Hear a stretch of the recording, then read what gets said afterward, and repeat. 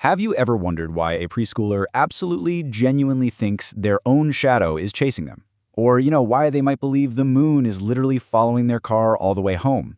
Well, it's not just a wild imagination at work. These charming and, let's be honest, kinda illogical ideas are actually clues to a massive, invisible construction project happening right inside their heads. Welcome to This Explainer. Today, we're cracking open the lesson plans and breaking down the key learning outcomes so we can understand exactly how a preschooler's intellect is built from the ground up. So, let's dive into this masterclass on the preschooler mind. You really have to think of the years between 2 and 5 as the ultimate developmental boot camp.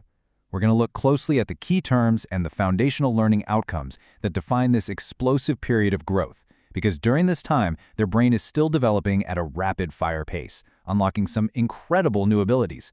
They aren't just memorizing facts, they are literally constructing the cognitive framework that is going to support their thinking for the rest of their lives. Okay, here's our game plan for today's lesson. First up, the blueprint, how preschoolers learn. Second, the construction, what they actually learn. And third, the tool belt, how we can best meet their intellectual needs.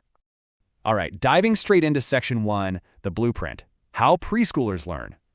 To really grasp this blueprint, we've got to talk about what developmental psychologist Jean Piaget called the pre-operational stage. The massive leaps in their brain development right now are speeding up neural connections and making their brains incredibly efficient. And during this phase, the single most important cognitive advance, hands down, is symbolic thought. This is the ability to use symbols to represent objects, actions, or events from their world. So why does this matter? Well, before this, a toddler basically had to rely on physical trial and error to solve a problem, but now, suddenly an empty cardboard box isn't just a box anymore, it's a high-speed race car. They can finally think through a problem using symbols right in their mind's eye. Now, the preschool mind definitely has its roadblocks. As they navigate this pre-operational stage, they bump into some major obstacles to logical thinking. One of the biggest ones is egocentrism. And to be clear, this isn't about the kid being selfish. It's actually a key developmental term describing a child's absolute belief that everyone thinks exactly the same way they do. It's why if a preschooler covers their own eyes, they think you can't see them because, well, they can't see you. They just assume you know exactly what they're thinking and feeling at all times. Another huge hurdle to logical thought is something called centration. This means a child focuses on just one single part of an object or an event, and they completely miss the big picture. For example, if you pour the exact same amount of juice into a short, wide glass and a tall, skinny glass, a preschooler will almost always insist that the tall glass has way more juice. They are centering entirely on the height of the liquid, completely ignoring the width. Their logic is still heavily tethered to singular, physical attributes. Which brings us to how memory fits into this whole blueprint.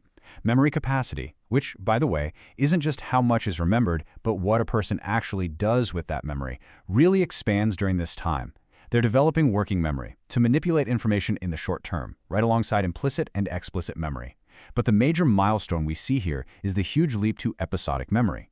This is when a child begins storing conscious memories of personal experiences and events, including the specific emotions and the context. It's essentially when their own personal history really begins to take shape. Moving right along to Section 2, the construction, what preschoolers are actually learning. So, now that we know how their brains process the world, what exactly are they building in there? Well, existing concepts are deepening and entirely new concepts are emerging.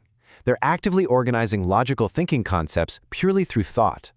A crucial learning outcome here is understanding the difference between a few key behaviors.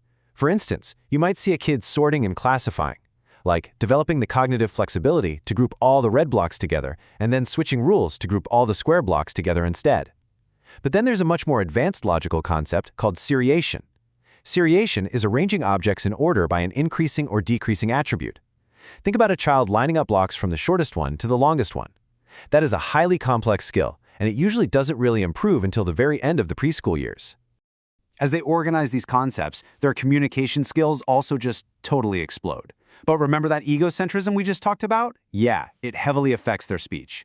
Preschoolers frequently use egocentric speech, and it comes in two fascinating forms. First is the monologue. This is when a child talks to themselves, as though they're just thinking out loud while playing. The second is the collective monologue, which is honestly hilarious to observe.